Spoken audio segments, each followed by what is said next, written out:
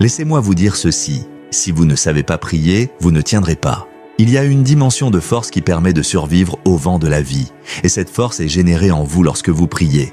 Luc 18, verset 1 dit « Jésus leur adressa une parabole pour montrer qu'il faut toujours prier et ne point se relâcher. Vous devez bâtir une force intérieure, Proverbe, chapitre 24 et verset 10. Dépêchons-nous, Proverbe 24, verset 10. Écoutez ceci. Si tu faiblis au jour de l'adversité, ta force n'est que détresse. Dans la vie de chacun, peu importe à quel point vous êtes dévoué, il y a une saison que la Bible appelle le jour de l'adversité. Et la stratégie de survie durant ces saisons est la force. Sommes-nous ensemble? Vous devez être fort en votre homme intérieur, bâtir de la capacité. Élie a bâti de la capacité, David a bâti de la capacité, Abraham a bâti de la capacité. Peu importe qui vous êtes, bâtissez de la capacité. Peu importe ce dans quoi vous êtes impliqué, en ce qui concerne votre destinée prophétique, bâtissez de la capacité et bâtissez-la tôt, ma sœur, bâtissez de la capacité. Car un jour, vous en aurez besoin, vous aurez besoin de puiser dans cette force. Il y a des moments où, avant de faire un long voyage, vous chargez votre téléphone, n'est-ce pas? Et quand il est entièrement chargé, vous pouvez sourire, parce que vous pouvez estimer que de maintenant à ce moment-là, vous pourrez utiliser l'énergie que le téléphone possède. C'est comme ça. J'ai vu les téléphones de beaucoup de gens, et vous verrez qu'il est en rouge, 5%, 2%.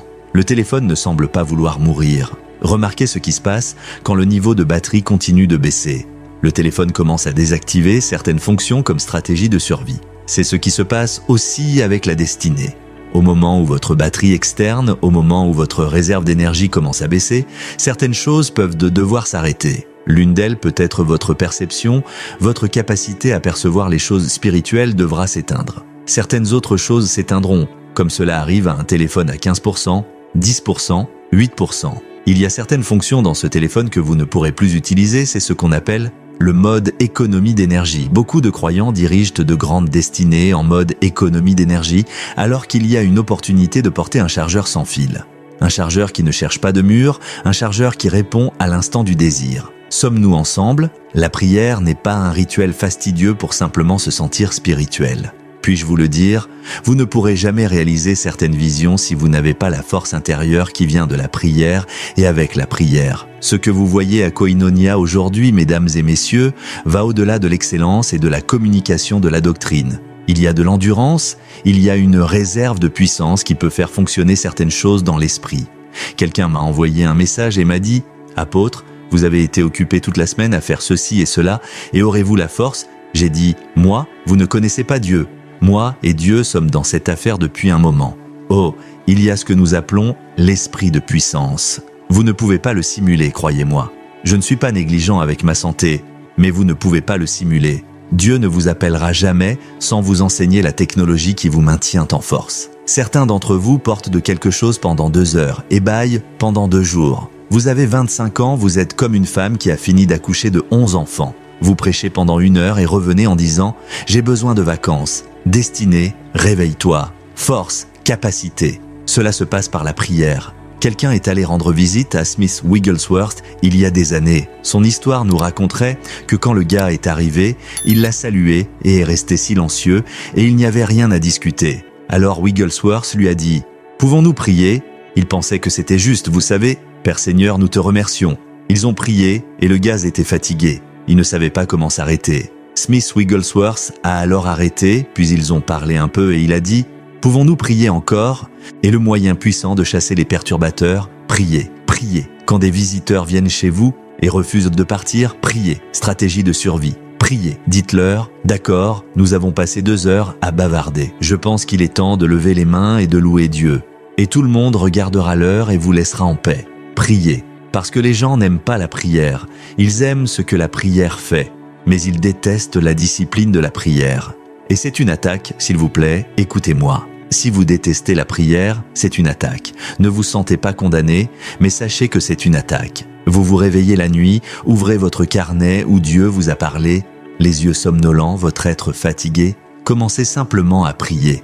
L'adoration charge l'atmosphère. Vous êtes un homme de Dieu, vous ne savez même pas quoi faire avec votre église.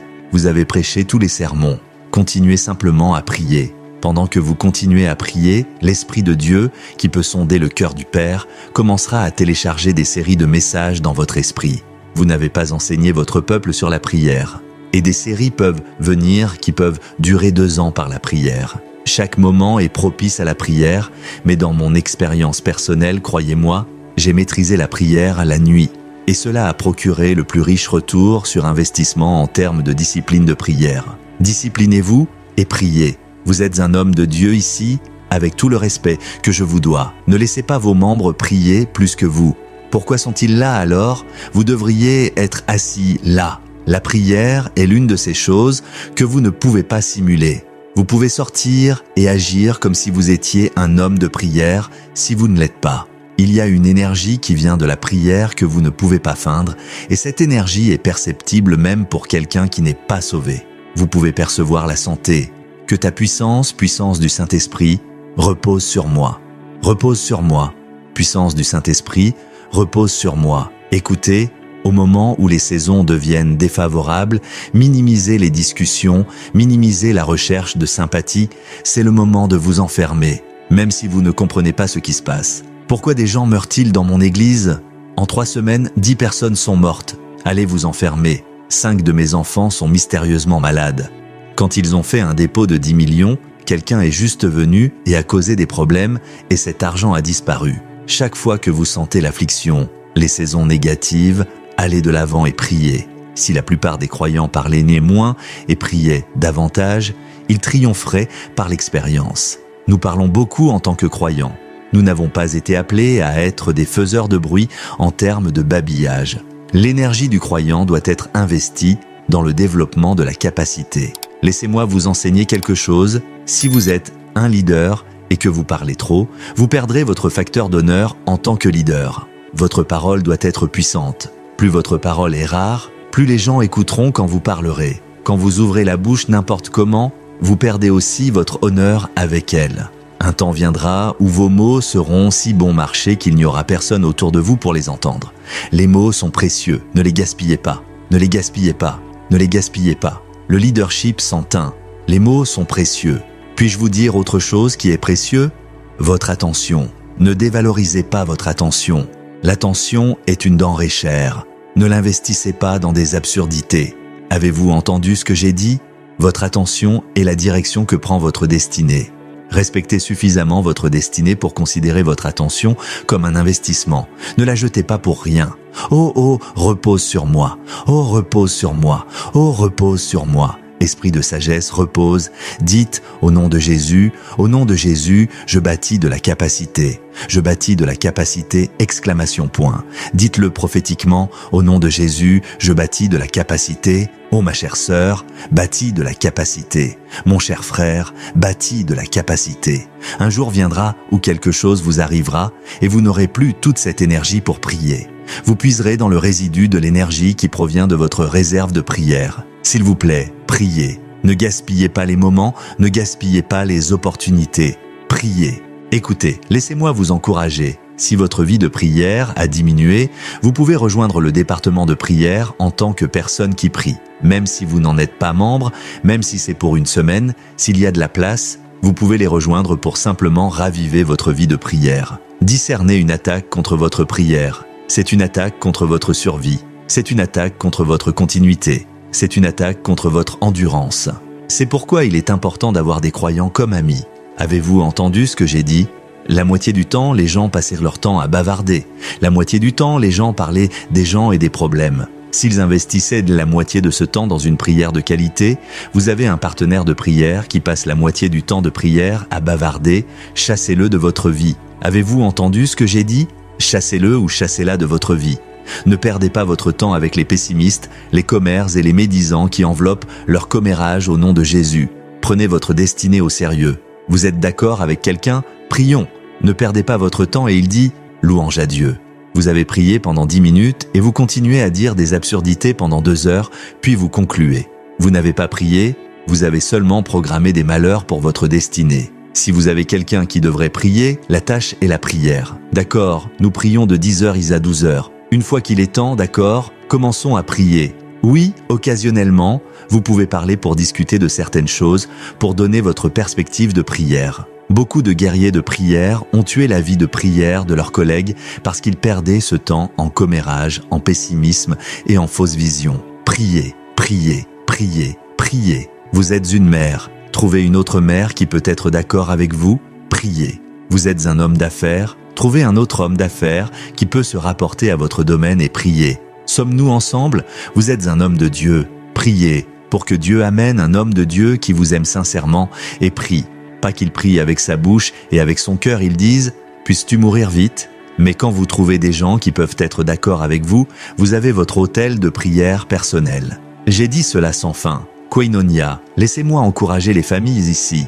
Construisez votre autel de prière familial, corporatif, construisez-le comme une discipline. Maintenant, je sais que certaines familles peuvent avoir des personnes qui ne sont pas nées de nouveau, pas de problème. Vous pouvez commencer là où vous êtes avec sagesse. Construisez un autel de prière familiale. Priez. Ne permettez pas au diable d'entrer et de chevaucher facilement dans votre famille par le privilège de la grâce de Dieu. Laissez-moi encourager chaque homme ici.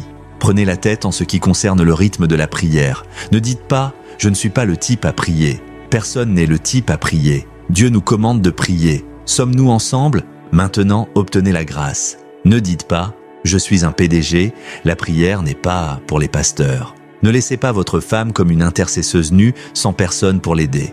Votre rôle est juste de soumettre des sujets de prière par SMS ou sur un papier. Priez. Vous pouvez apprendre. La prière est une chose que l'on apprend.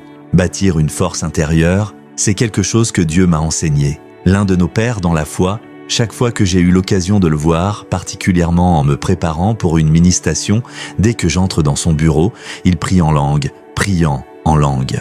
Il priait en langue, il parlait un peu, et dès qu'il avait une petite chance, il priait en langue. J'ai dit « Ah, c'est ça le secret ». Ils comprennent que la capacité est une exigence nécessaire en ce qui concerne la persévérance. Le 4e point est que Dieu aide quelqu'un. Vous survivrez à chaque adversité. Vous survivrez à chaque saison, à chaque condition, au nom de Jésus. Dans 30 ans, vous serez toujours debout. Recevez-vous cela? Dans 50 ans, vous serez toujours debout. Vous ne serez pas seul. Vos enfants se tiendront avec vous, votre famille se tiendra avec vous, votre entreprise se tiendra avec vous, votre organisation se tiendra avec vous. Que le cancer qui combat la longévité soit loin de votre vie très rapidement. Quel est le 4e secret qui donne aux hommes la capacité de durer, leur offrant une longévité d'impact, leur conférant le pouvoir de tenir bon? Êtes-vous prêts? Soyez joyeux, dénués d'amertume et d'offense. Écrivez-le, soyez joyeux, dénué d'amertume et d'offense. Vous voulez durer? Je vous montre des secrets anciens. Soyez joyeux, dénué d'amertume et d'offense. Philippiens 4.4, travaillons ensemble, médias, aidez-moi. Philippiens 4 et verset 4, réjouissez-vous toujours dans le Seigneur, je le répète, réjouissez-vous. Que quelqu'un crie, réjouissez-vous? Dites, moi-même, réjouissez-vous. Encore une fois, dites, moi-même, réjouissez-vous. Oui, plus de pleurs. Réjouissez-vous, réjouissez-vous dans le Seigneur. Proverbe 17, 22. Réjouissez-vous, soyez joyeux, dénués d'amertume et dénués d'offense. Lisons ensemble, 1, 2, 3, lisez. Un cœur joyeux est un bon remède, mais un esprit abattu dessèche les os.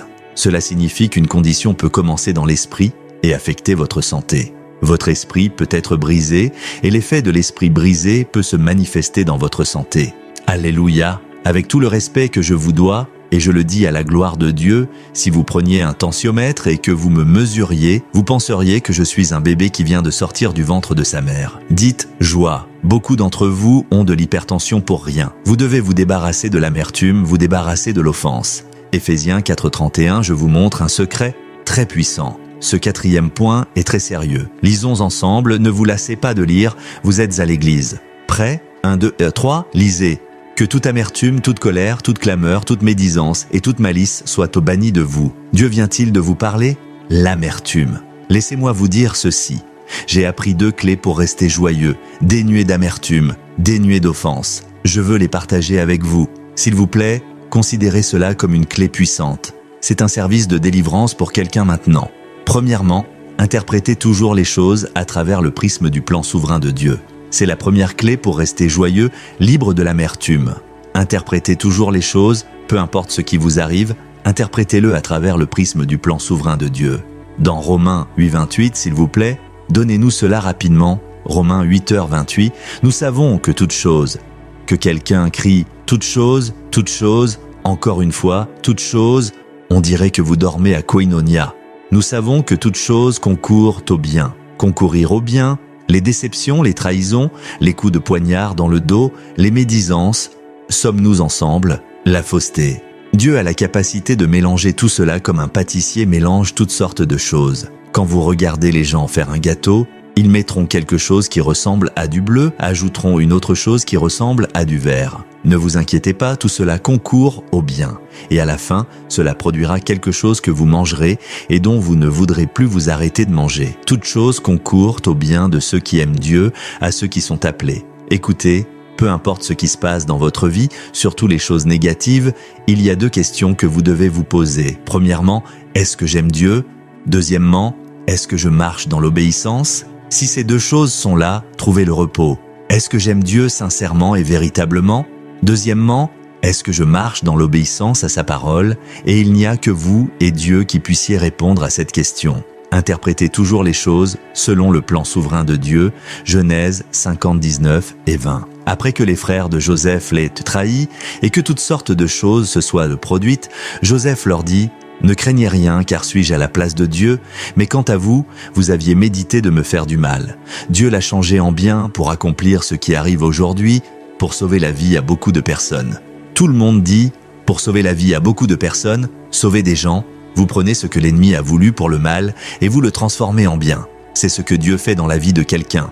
Vous prenez ce que l'ennemi a voulu pour le mal et vous le transformez en bien. Alors écoutez, je vous donne une clé pour rester joyeux, dénué d'amertume ou d'offense. Premièrement, interprétez les choses à travers le prisme du plan souverain de Dieu, peu importe à quel point c'est négatif. Jacques 1, 2 à 4, la Bible dit « Regardez comme un sujet de joie complète. Qu'a-t-il dit de considérer cela ? Ne le considérez pas comme une perte, ne le considérez pas comme une déception. Oh, c'est là que des champions ont été blessés. Des généraux ont été blessés à cause de l'offense. Celui-ci a dit ceci de moi, celui-ci a fait cela, et vous avez gaspillé votre potentiel de persévérance. Quand vous voyez des hommes qui persévèrent, ce sont des gens qui ont maîtrisé le secret de la joie, dénués d'offense, dénués d'amertume. Celui-ci s'adresse particulièrement aux leaders. Il n'y a pas de leader qui soit parvenu à une position de leadership par la croissance sans avoir été confronté à la trahison. Les leaders, les coups de poignard dans le dos ou sous ses différentes formes. Malheureusement, cela ne s'arrêtera pas à ce niveau. C'est la réalité de la nature humaine. Mais vous prenez ce que l'ennemi a voulu pour le mal et vous le transformez en bien. Vous le transformez en bien. Ainsi, vous pouvez rire à travers les tempêtes. Vous prenez ce que l'ennemi a voulu pour le mal et vous le transformez en bien. Transformez-le en bien. Oh, tout cela, je suis en colère. Oh, jusqu'à ma tombe, à cause de ma... Ah, allez, jetez ça et grandissez. N'attendez jamais que les hommes changent pour être heureux. C'est un risque coûteux pour votre destinée. N'attendez jamais que les hommes changent, se repentent, se convertissent ou deviennent sages. Ne risquez pas votre bonheur et votre joie à ce point. Non. Apprenez-vous, interprétez toujours les choses selon le plan souverain de Dieu. Peu importe ce que c'est, Dieu a un moyen de le faire concourir à mon bien, que ce soit la critique, la persécution, les médisances. Parfois, Dieu peut le permettre, aussi douloureux que cela soit, pour vous préserver de quelque chose qui pourrait vous détruire à l'avenir. Parfois, Dieu peut l'utiliser pour vous aider. Parfois, Dieu peut l'utiliser pour vous vérifier. Parfois, Dieu peut l'utiliser pour tester votre endurance. Voyez toujours les choses du point de vue de l'amour souverain de Dieu, du plan souverain de Dieu, que tout dans votre vie s'additionne, vous avancez, gravitez vers l'avant. Deuxième pensée pour vous aider à rester dans la joie. Apprenez-vous, Koinonia, lorsque vous traversez une saison défavorable, concentrez-vous toujours sur la bonté de Dieu. C'est un grand secret dans ma vie. Ne vous concentrez pas sur la douleur, ne vous concentrez pas sur les histoires, ne vous concentrez pas sur les gens, qu'ils vous aient blessés ou non. Concentrez-vous sur la bonté de Dieu. Quelque chose se produit en vous lorsque vous commencez à vous concentrer sur la bonté de Dieu. Cela a un effet thérapeutique. Cela peut vous guérir de la douleur. Sommes-nous ensemble maintenant ? Je devais être promu directeur, mais quelqu'un a fait de la politique et m'a écarté. Chaque fois que vous verrez cette personne qui a fait de la politique, vous aurez l'impression que quelqu'un me donne un couteau. Vous ne pouvez pas vivre dans cette douleur. La personne est directrice et c'est vous qui souffrez. L'amertume, c'est comme avaler du poison et regarder avec frustration pourquoi l'autre personne ne meurt pas. Les hommes seront des hommes. Les sages resteront sages jusqu'à ce qu'ils changent. Les fous resteront fous jusqu'à ce qu'ils changent. Les médiocres resteront médiocres jusqu'à ce qu'ils changent. N'attendez pas que les gens changent d'avant de devenir heureux et joyeux. Pensez toujours à la bonté de Dieu. Peu importe ce qui ne va pas dans votre vie ou ce qui n'est pas juste dans votre vie, il y a quelque chose que Dieu a bien fait. Ai-je raison? Il y a quelque chose que Dieu a bien fait? Laissez-moi vous donner un grand secret. Comptez vos bénédictions. Chaque fois que vous voulez vous plaindre et que vous êtes dans la douleur et l'amertume, c'est ce que Jean-Baptiste aurait fait. Il ne serait pas mort comme ça si Jean-Baptiste s'était décidé à dire « Eh bien Seigneur, merci pour le privilège d'avoir été celui qui a ordonné Jésus. Je suis ignoré en ce moment. Jésus ne demande même pas comment je vais, mais néanmoins, je te loue et je te glorifie. Prophétisez-vous à vous-même. Ta bonté est en train de courir. Laissez tous ceux qui vous haïssent. Ils ne sont pas la raison pour laquelle vous n'avancez pas. C'est un bagage supplémentaire que vous voulez porter.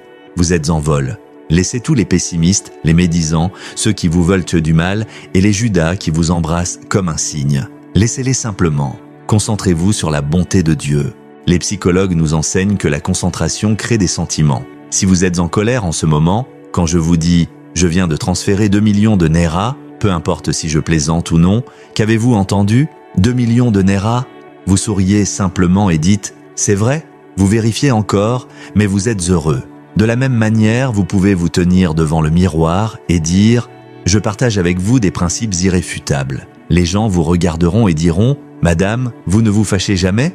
N'êtes-vous pas un être humain ici au Nigeria ?» Vous leur dites « j'ai trouvé la voie de l'esprit par laquelle je peux me réjouir toujours, dénué d'offense, dénué d'amertume. » Vous pouvez vous rendre à votre bureau et trouver, au milieu de personnes complotant votre chute, et les saluer tous. Voudriez-vous prendre un café ou quelque chose? Puis-je vous apporter quelque chose? Et il vous sourit. Chaque fois que vous vous réjouissez en présence d'ennemis, vous accumulez des charbons ardents sur eux. Pas une joie prétentieuse, pas une mort que vous êtes en train de vivre. Il vous voit saigner, ce n'est pas un faux rire. C'est le résultat d'une révélation, d'une domination que votre destinée dépend de vous et de Dieu. Il y a des larmes qui sont inutiles. Respectez vos larmes. Ne les versez pas négligemment. Rentrez chez vous ce soir et pensez à la bonté de Dieu. Vous êtes toujours dans cette chambre louée, mais remerciez Dieu. J'ai de la nourriture sur ma table, Seigneur, je te rends grâce. Apprenez-vous cela maintenant? Honnêtement, si c'est ce que vous êtes venu apprendre ce soir, savez-vous qu'il y a de grandes personnes qui sont blessées? Et je vous ai appris que ceux qui refusent d'être guéris deviennent les ennemis de leur destinée et de la destinée des autres. Personne qui est guéri ne blessera les autres. La plupart des gens qui blessent les autres sont des gens qui essaient de guérir et qui ne savent pas comment guérir.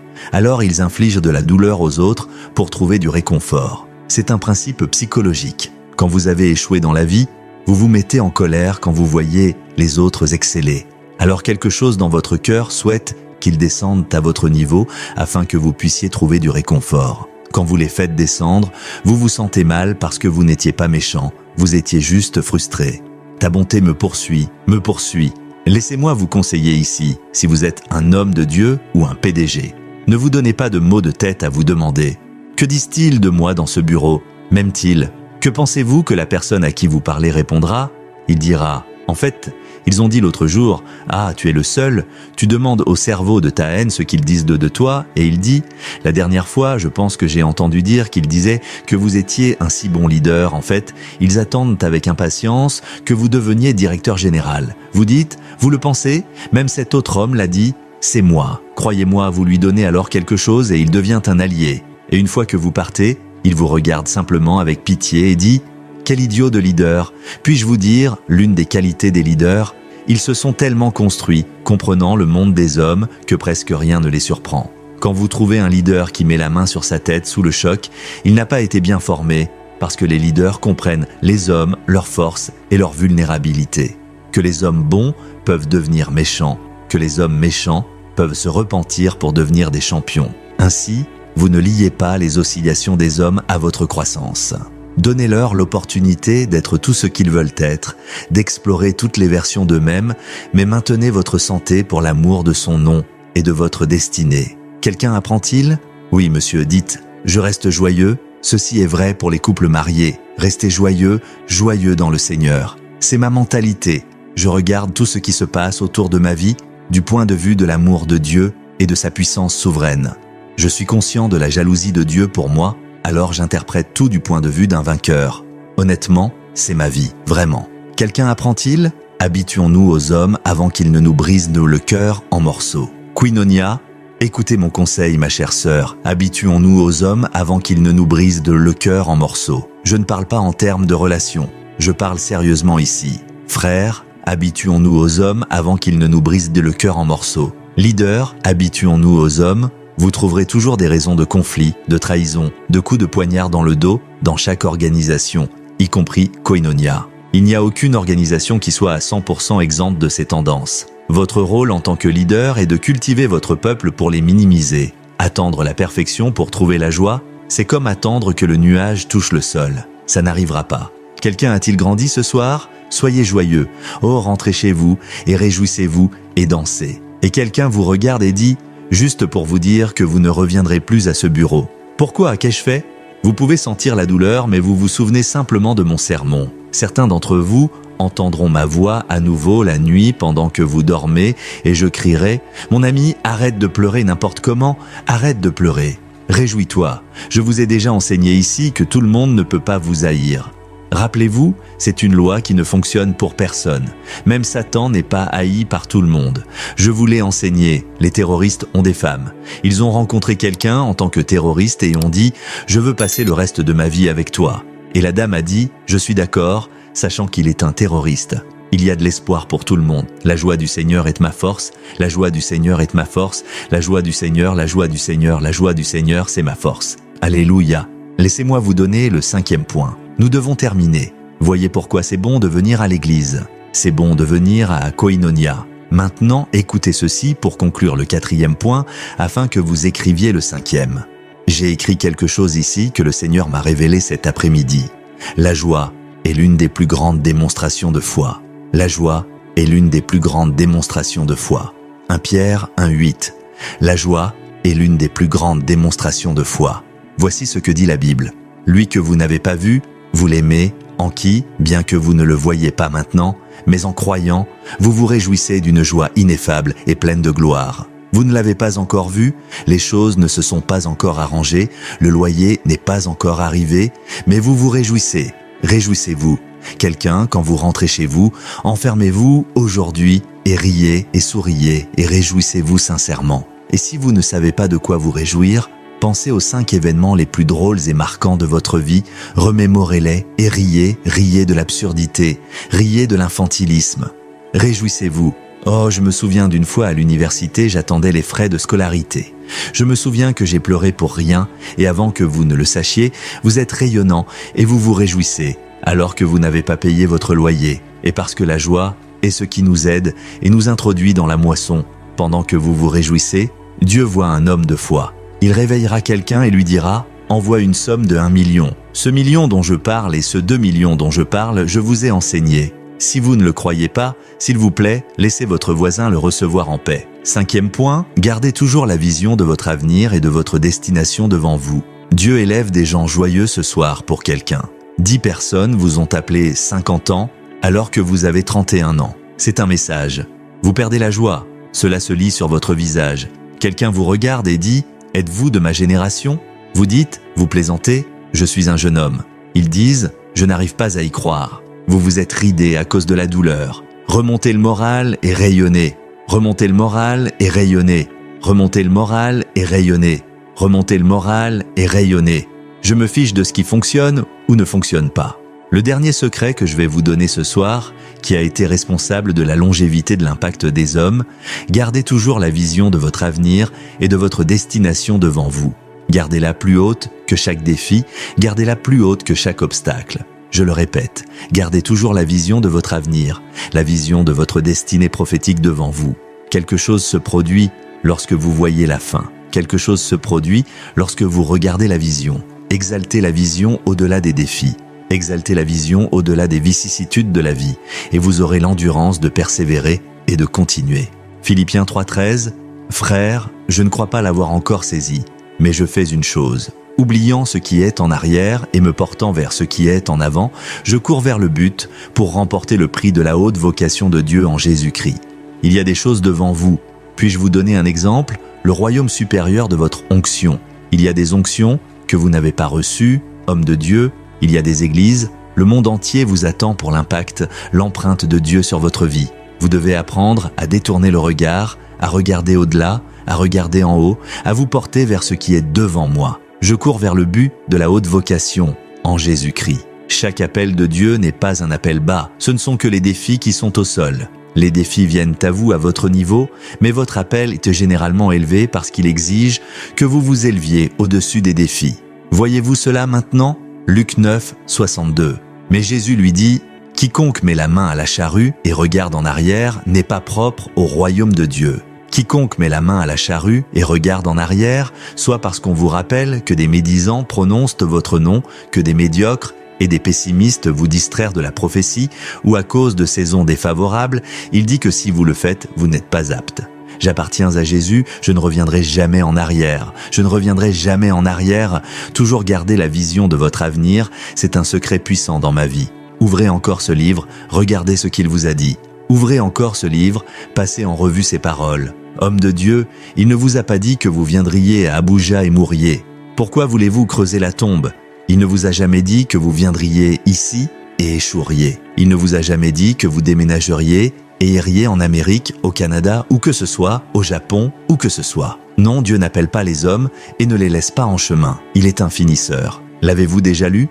Il est appelé l'auteur et le finisseur. Dites-le après moi, l'auteur et le finisseur. Cela signifie que vous finirez. J'ai lu un livre il y a de nombreuses années de Sainte Phara intitulé « Finir fort », un livre profond qui a influencé ma compréhension. Peu importe à quel point vous êtes proche de la destinée, si vous ne finissez pas, vous resterez dans le même groupe que ceux qui n'ont pas commencé. Vous êtes allé trop loin. Vous avez tenu une charrue, prêt pour la moisson dans le ministère, dans les affaires, refusez d'être distrait. Le monde est plein de faiseurs de bruit, de pessimistes, de gens remplis de douleur. Ce ne sont peut-être pas des gens méchants, juste des gens blessés et confus, espérant pouvoir utiliser votre douleur pour trouver un sens à leur vie. Ne haïssez pas les gens, regardez-les à travers le prisme de leur faiblesse et concentrez-vous sur votre avenir. Outre la joie, ajoutez la vision. Un homme sans vision est déjà un homme vaincu. Si rien ne vous attaque jamais, vous avez échoué. La vision vous donne de la concentration.